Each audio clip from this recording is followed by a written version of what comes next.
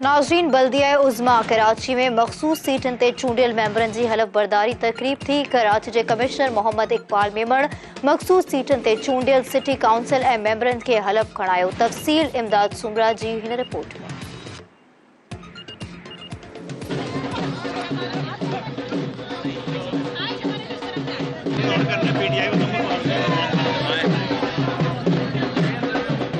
बल्दिया उज़्मा कराची में मखसूस सीटन ते चूंडियल मेंबरन जी हलफ बरदारी तकरीब थी, जंहिंमें कराची के कमिश्नर मोहम्मद इकबाल मेमण मखसूस सीटन ते चूंडियल सिटी काउंसिल के मेंबरन के हलफ खणायो।